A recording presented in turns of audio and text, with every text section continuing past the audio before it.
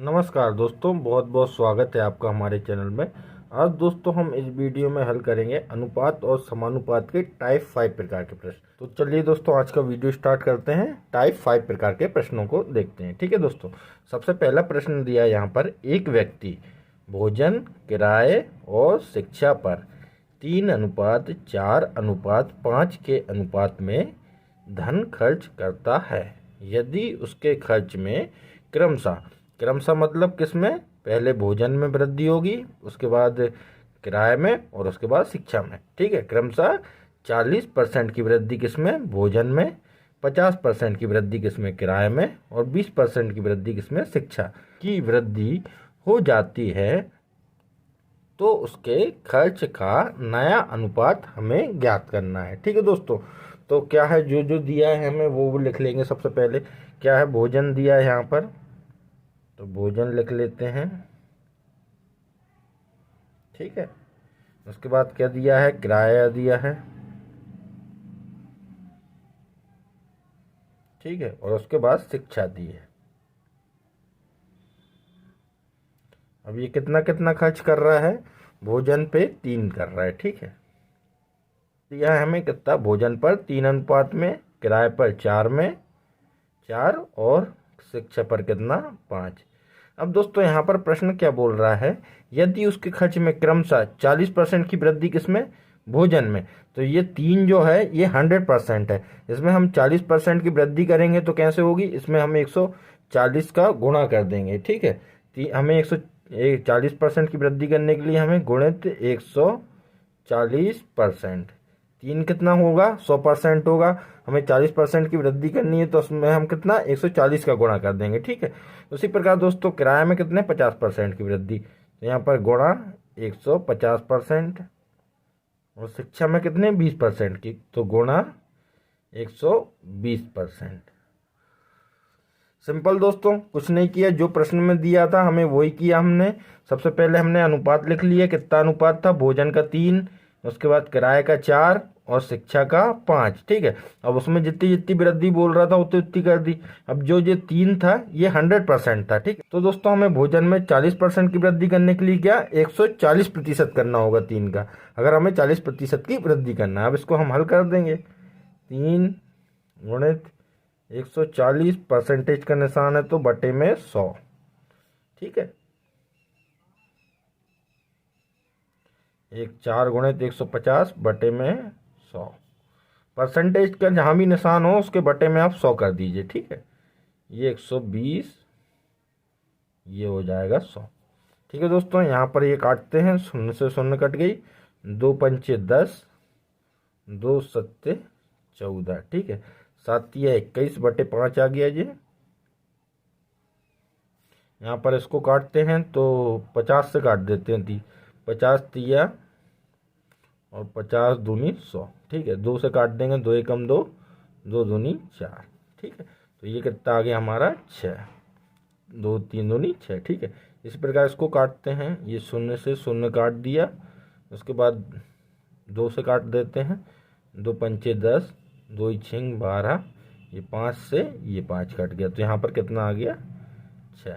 ठीक है दोस्तों, अब इसको और हल कर सकते हैं, यहाँ पर देखिए, जैसे 21 बटे 5 है तो ये बटे में है। ठीक है, बटे में है, बटे में क्या है दोस्तों, 5 है, तो हम सब में 5 का गुणा कर देते हैं। यहाँ भी 5 का गुणा कर देंगे, यहाँ भी 5 का गुणा कर देंगे, यहाँ भी 5 का गुणा कर देंगे। ये 5 से ये 5 कट गया, यहाँ पर कितना बचा, 21, ये कितना हो जाएगा हमारा, 6 पंचे 30, ये कितना हो जाएगा, 30। अब देखते हैं दोस्तों, ये हमारा अनुपात आ गया। ठीक, तो यहाँ पर देखते हैं, ऐसी कोई संख्या दिखा रही जो तीनों में जिसका भाग चला जाए, तो 3 है, 30 आते 21,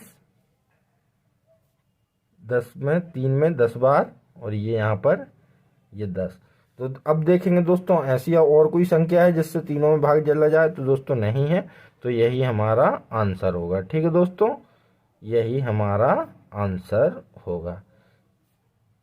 सिंपल है दोस्तों, कोई दिक्कत नहीं, इस प्रकार के प्रश्नों को आप आसानी से हल कर सकते हैं।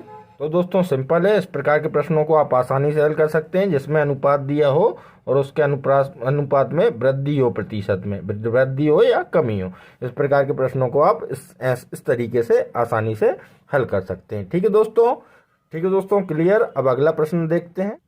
अब दोस्तों अगला प्रश्न दिया है यहाँ पर हमें, एक व्यक्ति निश्चित दूरी को ट्रेन, बस और कार से 4:3:2 के अनुपात में तय करता है। मतलब दोस्तों क्या है, एक व्यक्ति एक दूरी को ट्रेन से कितना 4, बस से कितना 3 और कार से कितना 2 के अनुपात में तय करता है। ठीक है, इन वाहनों के प्रत्येक किलोमीटर के किराए का अनुपात भी दिया है। ठीक है, 2:4:3 है। ठीक है, यदि कुल खर्च किया गया किराया 5200 रुपये हो तो बस का किराया हमें ज्ञात करना है। ठीक है दोस्तों, तो जो हमें दिया है सबसे पहले वो लिख लेते हैं। तो यहाँ पर हमें एक निश्चित दूरी को किससे, ट्रेन से, बस से और कार से। तो पहले लिख लेते हैं ट्रेन,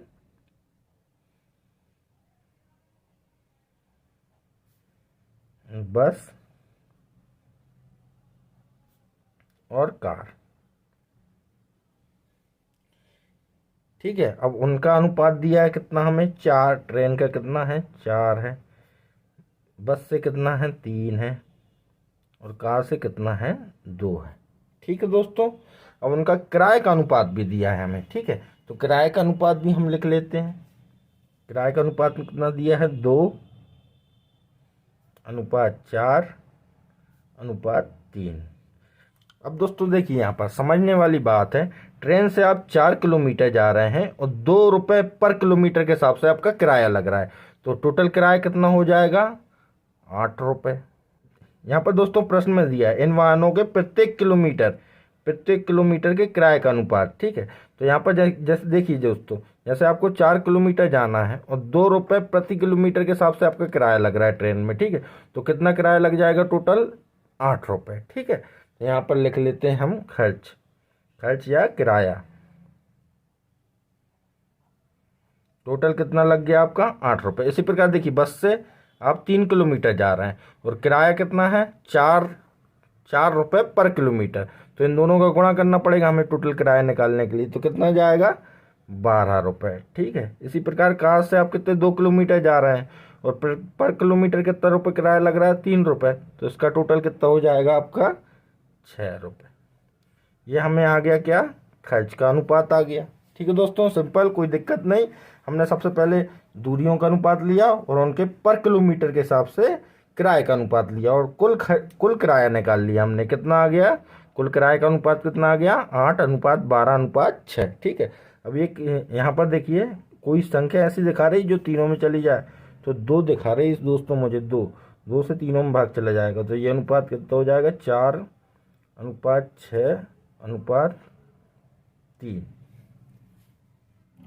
अब दोस्तों ये जो आया है ये खर्च का,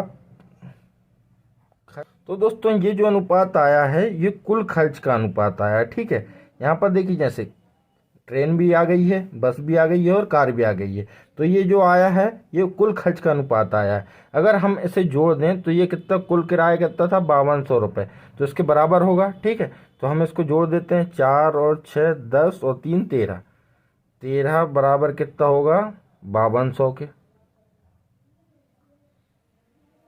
तो यहाँ पर देखिए दोस्तों 13 यूनिट बराबर कितने आया, 5200 आया। ठीक है, 5200 आ गया। अब 1 यूनिट बराबर कितना आ जाएगा हमारा, 1 यूनिट बराबर आ जाएगा हमारा 400 रुपये। 13 का इसमें भाग दे देंगे दोस्तों। 1 यूनिट निकालने के लिए क्या करेंगे हम, 13 का इसमें भाग दे देंगे। इस 5200 के 13 हिस्से करेंगे तो कितना आएगा, एक हिस्से में 400 रुपये। 1 यूनिट बराबर कितना आ गया हमारा, 400 रुपये। ठीक है दोस्तों, यहाँ तक क्लियर हुआ। अब हमसे पूछा क्या गया है, यहाँ पर देखिए बस का किराया पूछा है, तो बस का किराया अपना कितना आया था, ये यहाँ पर 12 आया था लेकिन इसमें 2 का भाग चला गया तो कितना आया था, 6 आया था। तो बस का किराया बराबर कितना हो जाएगा, बस का किराया कितना था, 6 यूनिट था। किराया बराबर कितना हो जाएगा, 6 यूनिट, और ये 1 यूनिट की वैल्यू कितनी है, 400 रुपये। तो 6 यूनिट की वैल्यू कितनी हो जाएगी, 6 में हम 400 का गुणा कर देंगे। ठीक है, तो ये कितना हो जाएगा हमारा 6 चौको 2400 रुपये। सिंपल दोस्तों, इस प्रकार के प्रश्नों को आप आसानी से हल कर सकते हैं। अब अगला प्रश्न देखते हैं। तो अगला प्रश्न दिया है, एक संस्था में प्रत्येक कर्मचारी का वेतन 3:4 के अनुपात में बढ़ा दिया गया। मतलब पहले वेतन कितना था, 3 था, अब कितना कर दिया, 4 कर दिया, के अनुपात में बढ़ा दिया गया है। जबकि कर्मचारियों की संख्या पहले कितनी थी, 5:3 के अनुपात में कम कर दी है। मतलब पहले कितने 5 कर्मचारी थे, अब कितने कर दिए हैं, 3 कर दिए हैं, कम कर दी गई है, जिससे संस्था को 45,000 रुपये का लाभ हुआ है। ठीक है, अतः बताइए संस्था का पूर्व खर्च क्या था। ठीक है दोस्तों, तो जो हमें दिया है वो हम लिख लेते हैं। पहले लिख लेते हैं क्या, कर्मचारियों का वेतन का अनुपात। ठीक है, वेतन का अनुपात, इनका अनुपात पहले कितना था और बाद में कितना हुआ। ठीक है, तो पहले वेतन कितना था, पहले वेतन था 3, अब बढ़कर कितना हो गया, 4। ठीक है, उसके बाद क्या दिया है, कर्मचारियों की संख्या दी है। ठीक है, कर्मचारियों की संख्या,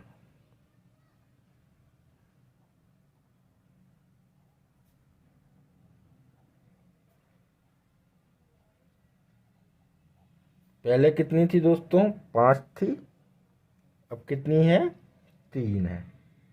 ठीक है, अब देखिए दोस्तों, समझने वाली बात है दोस्तों। पहले वेतन कितना था, 3 था। ठीक है, और कर्मचारियों की संख्या कितनी थी, 5 थी। 5 कर्मचारियों को 3-3 रुपये वेतन देना पड़ता था, तो संस्था को कुल वेतन कितना जाता था, 15 रुपये। ठीक है दोस्तों, और अब क्या हो रही स्थिति, अब वेतन कर दिया है 4 और कर्मचारियों की संख्या कितनी है, 3 है। तब इसको कुल संस्था का खर्च कितना होगा, 4×3=12। ठीक है दोस्तों, अब देखिए दोस्तों, ये अनुपात आ गया है। अब इसको हम और कम कर सकते हैं क्या, ये 3 से भाग चला जाएगा, 3×5=15 और 3×4=12। ठीक है, ये अनुपात आ गया हमें। ठीक है, अगर इसको आप नहीं करना चाहते तो ये ऊपर से ही हल कर सकते हैं। ठीक है दोस्तों, सिंपल है। अब यहाँ पर देखिए, पहले कितना खर्च हो रहा था संस्था को, 15 रुपये, और अब कितना हो रहा है, 12 हो रहा है। कितने का लाभ हो रहा है, 3 का, 3 यूनिट का लाभ हो रहा है। लाभ कितना, 3 यूनिट बराबर कितना हो रहा है, इसको आप यहाँ, इसको अभी स्किप कर दीजिए। ठीक है, यहीं से आप करते हैं यहाँ की आपको दिक्कत ना हो। ठीक है, तो 3 यूनिट बराबर कितना आपका, 45,000 रुपये। ठीक है, अभी हमें क्या पूछ रहे हैं, संस्था का पूर्व खर्च क्या था, तो पूर्व खर्च कितना था, 15 यूनिट था। ठीक है, पहले कितना था, 15 यूनिट था। अब लाभ बराबर हमने निकाल लिया, पहले कितने 15 खर्च हो रहे थे, अब अभी कितने हो रहे हैं, 12 खर्च हो रहे हैं। तो 3 यूनिट बराबर कितना था, 4500 रुपये। ठीक है, तो 1 यूनिट बराबर कितना हो जाएगा, 45/3। ठीक है, अब पहले कितना खर्चा था, पहले खर्चा था 15 यूनिट, तो ये 15 का गुणा कर देंगे, 3 एकम 3, 3×5=15। अब इसमें गुणा करेंगे, 5 शून्य शून्य, 5 3 शून्य में तो ज्यों का त्यों चला जाएगा, 25 के 5 हासिल की 2, 5 चौके 20 और 2 22। ये दोस्तों इसका आंसर आ जाएगा। संस्था का पूर्व खर्च कितना था, 2,25,000। देखिए दोस्तों, हमें क्या वेतन का अनुपात दिया था, पहले कितनी वेतन मिल रही थी, 3 रुपये, अब बढ़कर कितनी हो गई, 4 रुपये। कर्मचारियों की संख्या कितनी थी, पहले 5 थी, अब कम कर दी है उनने, 3 कर दी है। ठीक है, अब संस्था का खर्च निकालना है। ठीक है, तो संस्था का खर्च, पहले वेतन कितना मिल रहा था, 3 मिल रहा था, कितने कर्मचारियों को मिल रहा था, 5 का, तो संस्था का खर्च कितना था, 15 रुपये। ठीक है, उसी प्रकार बाद में क्या किया उनने, वेतन तो बढ़ा दिया लेकिन कर्मचारी कम कर दिए। 3 कर्मचारियों को 4 रुपये वेतन मिल रहा है, तो उनका अनुपात कितना आ गया, 12। और पहले दोस्तों संस्था के कितने 15 खर्च हो रहे थे, अब कितने खर्च हो रहे हैं, 12 खर्च हो रहे हैं। ठीक है, तो संस्था को लाभ कितने का हुआ, 3। लाभ क्या हो गया, लाभ कितना हुआ संस्था को, 15 में से 12 घटा देंगे, कितना लाभ हुआ, 3 यूनिट का लाभ हुआ। तो दोस्तों इसमें लाभ कितना था, 3 यूनिट था। 3 यूनिट बराबर हमें दिया था यहाँ पर 45,000 के। ठीक है, तो 1 यूनिट का मान निकाल लेंगे। ठीक है, तो 1 यूनिट का मान निकालने के लिए सबसे पहले हम 3 का इसमें भाग दे देंगे। ठीक है, अब हमें 1 यूनिट का मान मिल गया, क्या, ये वाला मिल गया। ठीक है, इतना हमें ये 1 यूनिट का मान मिल गया। अब संस्था का पूर्व खर्च कितना था, 15 यूनिट था, तो इसमें हम 15 का गुणा कर देंगे और इस 15 का इसमें गुणा कर दिया। ठीक है, तो हमें गुणा करने के बाद ये कितना हो गया, 45,000 बटे 3 गुणित 15, और इसको हमने काट पीट के ये दोस्तों इसको हमने सिंपल 3 एकम 3, 3 5 15 और इसका हमने इसमें गुणा कर दिया, तो हमें ये आंसर मिल गया। ठीक है दोस्तों, सिंपल इस प्रकार के प्रश्नों को आप आसानी से हल कर सकते हैं। ठीक है दोस्तों, सिंपल आपको समझ में आ गया होगा। अब अगले वीडियो में हम अनुपात और समानुपात के अगले प्रकार के प्रश्नों को हल करेंगे। ठीक है दोस्तों, आपका बहुत बहुत धन्यवाद।